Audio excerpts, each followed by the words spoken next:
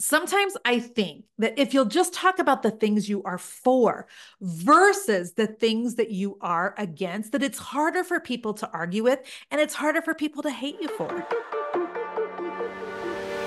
Well, hello, friends. Welcome back to the podcast. I am looking forward to chatting with you today about the topic of should you discuss politics online if you are a business owner?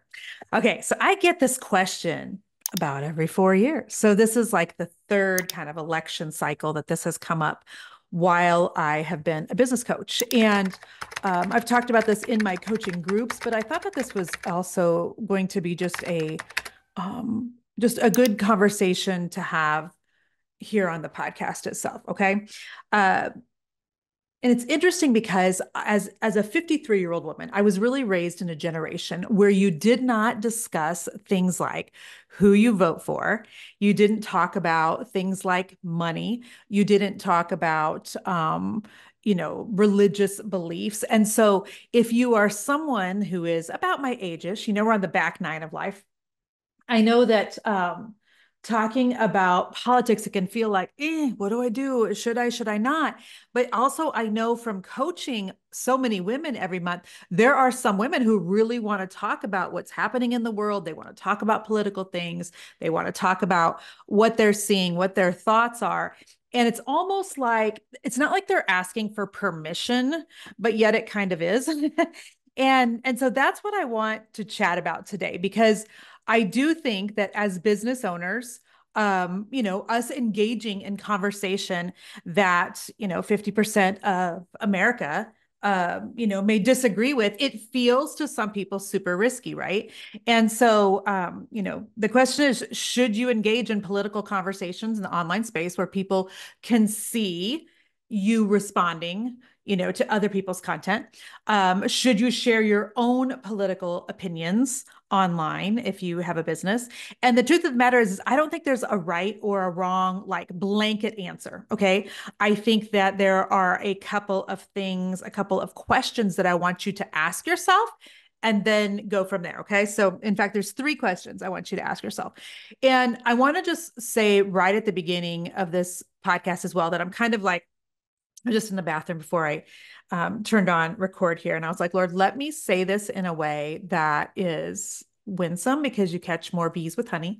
Let me share this in a way that is, even if people disagree with me on my own political beliefs, my own personal opinions, that I'm still like winsome enough that we can just agree to disagree. Because see, I think that's one of the things that's happened in this country that's super unfortunate is we get into this like tunnel vision of what we see and what we hear, and we begin to only hang out with people who think, exactly the same as us.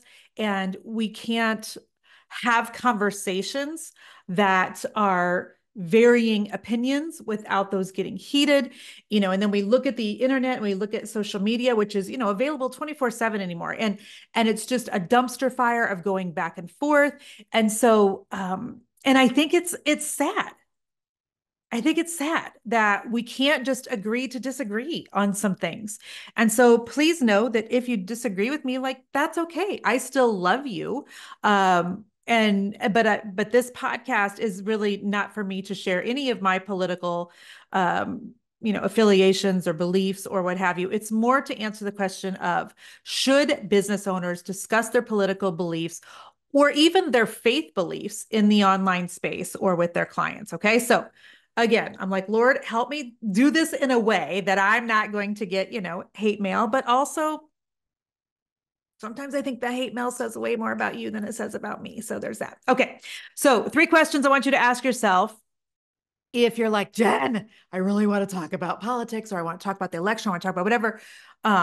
What are your thoughts? Okay. Number 1, my first question that I'm always going to ask you is, what did God say? Did God say so? Did God say, or do you feel like the Holy Spirit prompting that like it's okay and that you should talk about political things, voting things, etc.? Because if so, like, then do. Hard to stop. conversation over. You know what I'm saying? Like, if you feel like God is calling you to that, then you don't need to ask permission from me or anyone else. There are people who are online who I know are called to political discussions. They're called to bring up hard topics. They are called to talk about the hard things. And I'm so grateful that they are willing to follow what I believe is the call of God on their life in this season, because that's not me. I don't feel like I'm being called at all to discuss politics in this season. I don't feel like I'm being called at all to share any thoughts on voting or anything else. I don't. And part of that is because, like, in this season of life, I just need to keep my stress level low. And the Lord obviously knows that. I don't think that with everything we have going in terms of, we're trying to get another property bought and we've got kids we're launching, and Ava suddenly decided she's graduating a year early and we've got one getting married. And, I'm staying out of a lot of content online, period, that has to do anything with politics, conspiracy theories, anything, because it just elevates my stress level.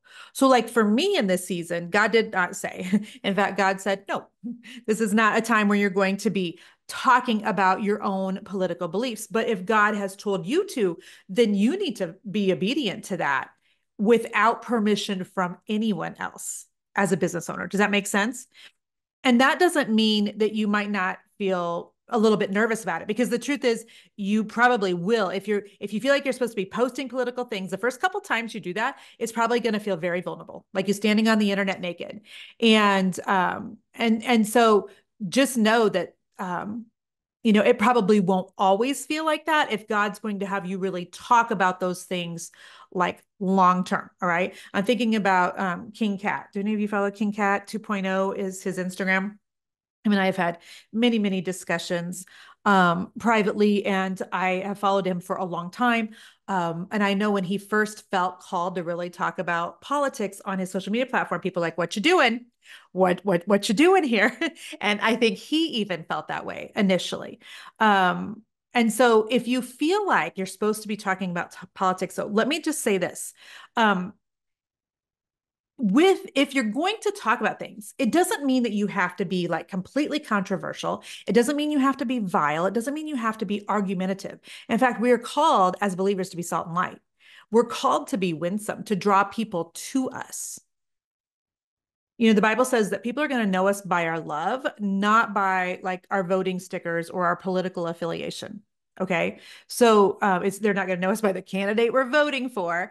And so just know that, like, we're called to be salt and light. So if God is calling you to talk about things of the political nature, and I'm sorry that I'm not looking at the camera as much today, I can't get my notes for some reason up on my PC. So I literally have to keep looking at them down here on my phone. So you don't have to be vile. You don't have to be argumentative. You don't have to be, I'm right, you're wrong. In fact, you don't even have to like be blatantly obvious about who it is that you're voting for.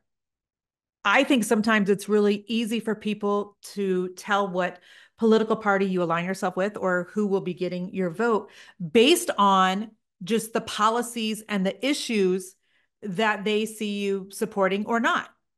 And so, like, I feel like this is kind of where I'm at. I feel like this is something that I navigate, halfway well, just by the things that I have been verbal about supporting. Okay, so I'm pro-life. I'm pro-military. You guys just saw me at my brother Clint was just promoted to Chief Master Sergeant. I went and had the honor of doing the opening prayer at his, promotion ceremony in Des Moines, Iowa. I am super proud of him. I'm also very pro-police. My stepfather retired from the police department in Kansas City a couple of years ago. I still have a stepbrother who is in the police department. I support gun rights. My husband is an expert on firearms, which a lot of you may not know. I'm a small business owner, so I want like lower taxes, for small businesses. And so based on those things, I think that it's pretty easy for people to probably see where I would vote at, even without me coming right out and saying. Does that make sense? And so, just based on the policies and the platforms that I support. So, I think a lot of times people are able to come up with their own conclusions. Let me give you another example of this. You don't have to be super obvious and forthcoming and wear your Christian t-shirts and your Christian bumper stickers for people to know that you're a believer. All right. A lot of times in conversation, kids will come up when people are talking to me. And our oldest son's name is Noah. Well, that's kind of like a hint. A lot of people, if they're not Christians, like if they hate the Bible, they hate Jesus, they're atheists, they're probably not going to name their kid Noah. Do you know what I'm saying? So it's kind of like a clue.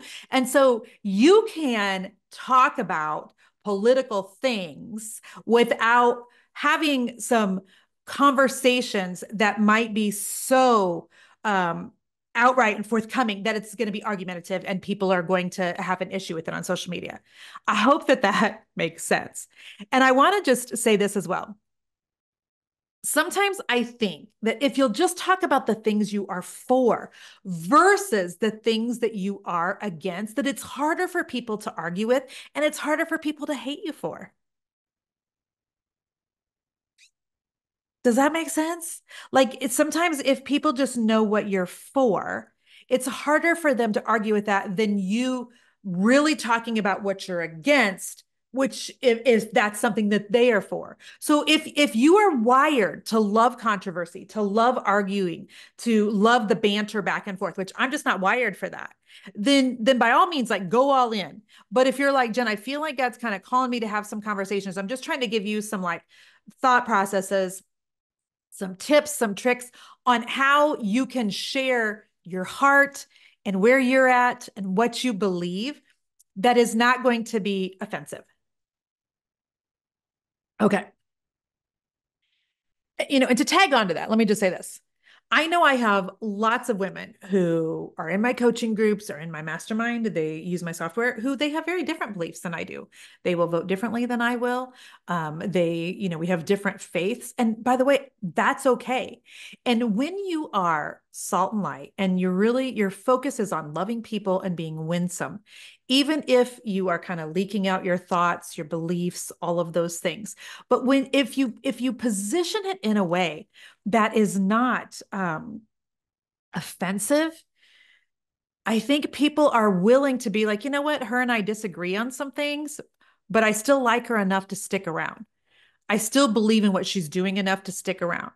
I still think she's a good coach in spite of the fact that we disagree on XYZ. I was trying to find a screenshot for you guys before I came on here because I can remember back in 2020 that I got an email from a woman who's in my monthly coaching group, my inner circle. And she said, Jennifer, just because of money, I was getting ready to back out of your inner circle. And I don't know if she was paying 47 a month or 67 a month, but she said, but then you posted some things about like the kids wearing masks at school and how you wanted your kids out of masks, which I was very vocal about that during the pandemic. And she said, and that alone made me decide to stay in your coaching because I was proud of you for being willing to speak about something that you believed in. We're in alignment, and I want to coach under someone who we have some of the same, beliefs systems. And so I've always remembered that. Like I did it in a way I think that was not offensive. And, did I lose a couple people? Possibly. But did I also like keep some people because of sharing some of those beliefs? Absolutely. Okay. So that's the first question. Did God say? Because if God says, then you just go. All right. Second question I want you to ask yourself, if you want to talk about politics as a business owner, is does it actually make sense for your business, for the type of business that you have? Okay. So for instance, Jason, my husband, owns Fairway Finest. It's a golf apparel company. They sell really colorful golf polos, t-shirts, hats. So if you go to Fairway Finest on Instagram or on Facebook, there's nothing they're not talking about anything other than golf courses, golf apparel. Like it doesn't make sense for their brand to talk about anything else. He's not, talking about anything that could be, on either side of anything. He's just talking about golf. And that's what makes sense for his company right now. Obviously, he has a line of physical products. Now, that's not saying that if you sell physical products, you shouldn't ever talk about your belief systems or your, voting or anything else. But I just want it to like make sense. Okay. So let's say, for example, you sell a line of t-shirts or you sell coffee mugs or you sell bumper stickers, like all of those, it could make sense to bring in some, opinions, beliefs, etc. So I'm not saying that all political or all physical product companies shouldn't talk about heavy things. I'm just saying that for my husband, it doesn't make sense. And so, is there a leap that you can make?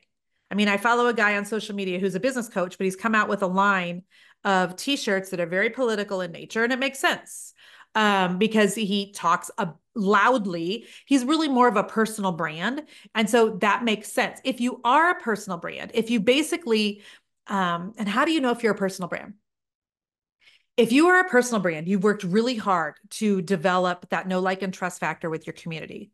You talk about a lot of things. You're like a thought leader. You put stuff out into the world on social media so people know where you stand on a whole lot of issues. Does that make sense? That's like a personal brand. I think of my friend Blake Gruchette. So she's the girl named Blake on social media. Like it makes sense for her to talk about politics. She knows a lot about politics. She has a lot of education in the area of politics. She's very passionate about politics. She's very knowledgeable about politics. And she herself is the brand. Like she literally is the brand. So that makes sense for her to talk about political things. If you're someone who's like, gosh, Jen, I really wish I knew more about personal branding. I should have looked this up for you before I even came on here, but I have like, a little 4-part thing. Let me find it for you where you can um, learn how to do a personal brand. So hang on here. I'm so sorry that I didn't have this already noted. It just came to my mind that I can share this with you. But if you have a personal brand, it absolutely makes sense. And so, but I want you to just look at your business and be like, does it make sense with what I'm selling for me to talk about this? Okay. So you can go to moneyfaithandbusiness.com/brand. moneyfaithandbusiness.com/brand. I've got a mini course. It's $37. It's a 4-part series on how to build yourself as a personal brand, which I wish more people were doing in the online space, if I'm being real honest with you. A lot of you are hiding behind products. You're hiding behind your course. The truth is you'd sell a whole lot more of your course if you'd position yourself as a personal brand.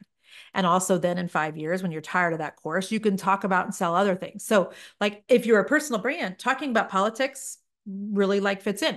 Now, if you're a health and wellness specialist, I don't know, can you tie the two in? Like that, I would have to see. I mean, I know during like COVID, when I really wanted to talk about, the vaccine, I really wanted to talk about masks, like that. If you were in a health and wellness space, that would have been a good conversation for you during those times. And so determine, that's my second question. The first one was, what did God say? The second is, does it actually make sense for your business? And the third question I would ask you is this: are you willing to pay the price for whatever happens? There could be some pushback. There could be some fallout. There could be some people who, come at you on the internet. The bigger you are, the more likely that is. The smaller you are, the less likely that is. But just so that you know, people right now are passionate about everything. I could say the sky is blue and people would want to argue with me online. I could say that, I love this particular line of clothing and people could come at me because don't you know that they, test things on animals or whatever. That's a random, just lame example. But we are in such a hypersensitive time in the world, friends. People are wired tight right now. They are wired tight. Like, do you know a whole lot of people you feel like at any moment they can blow? They're just wired tight.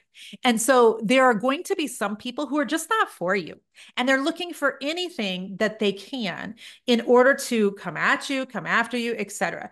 Those people are so far and few between. The Bible says that more are for you than against. More are for you than against. But it's unfortunate that the way that we're wired as humans is we can have 99 people say that we're amazing, and we can get one DM about what a horrible human we are, and it can completely derail us. Completely. I remember when during COVID, I wanted masks off my kids. I didn't think that they worked. I could go into a whole spiel right here, but I'll just stop myself. But Ari, our youngest, who, comes from hard places anyway. I didn't want her having to have things on her face that were causing her to break out in welts some days anyhow. It really like deterred a lot of people from verbally, really growing during that time. She was little. She was a kindergartner. I could go on and on and on.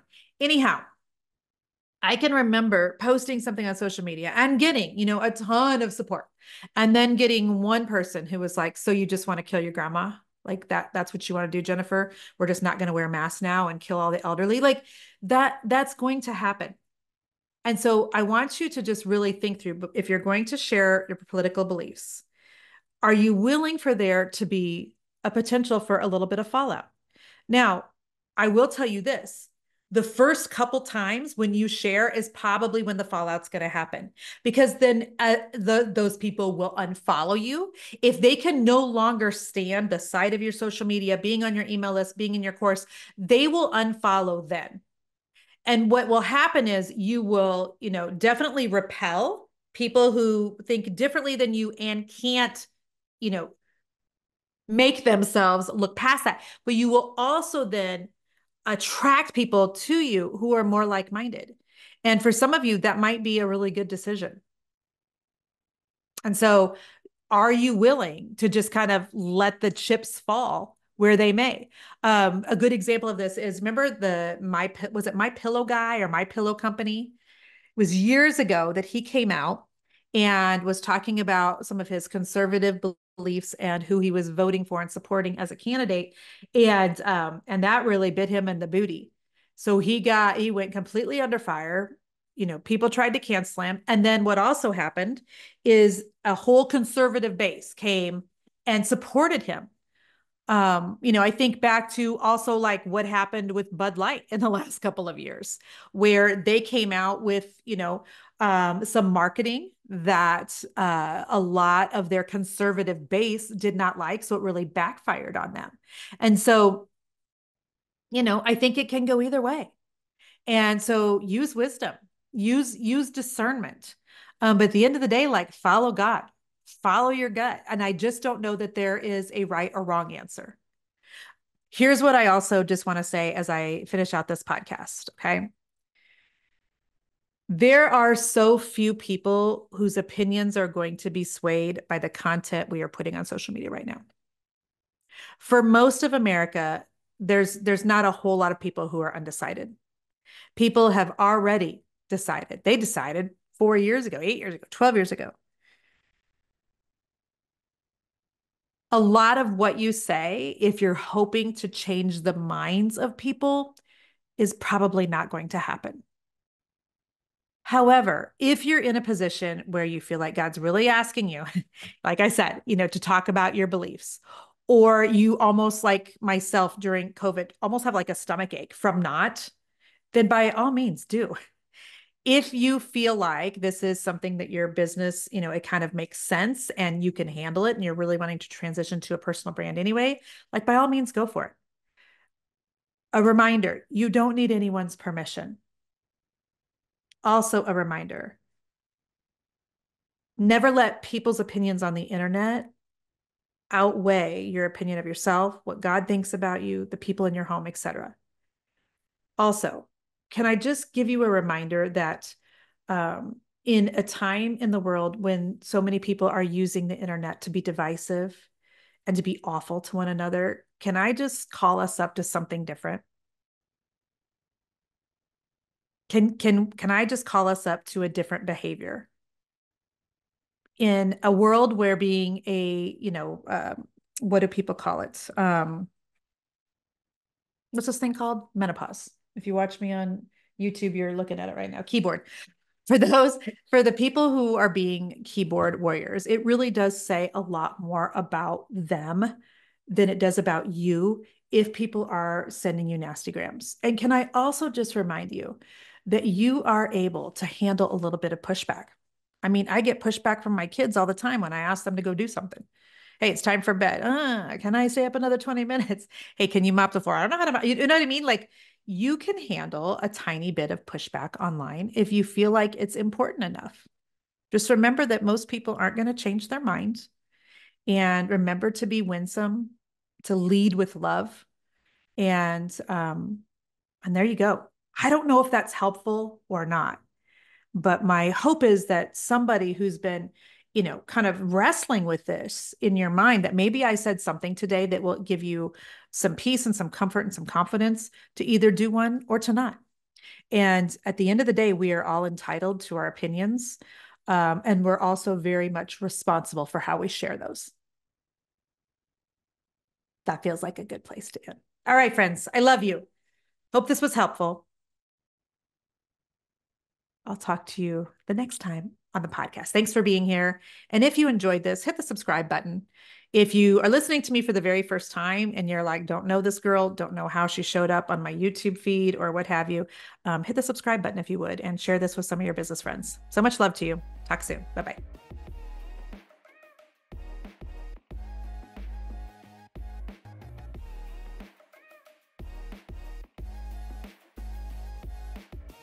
All right, Easton, how did I do? Was that okay? Am I going to get hate mail?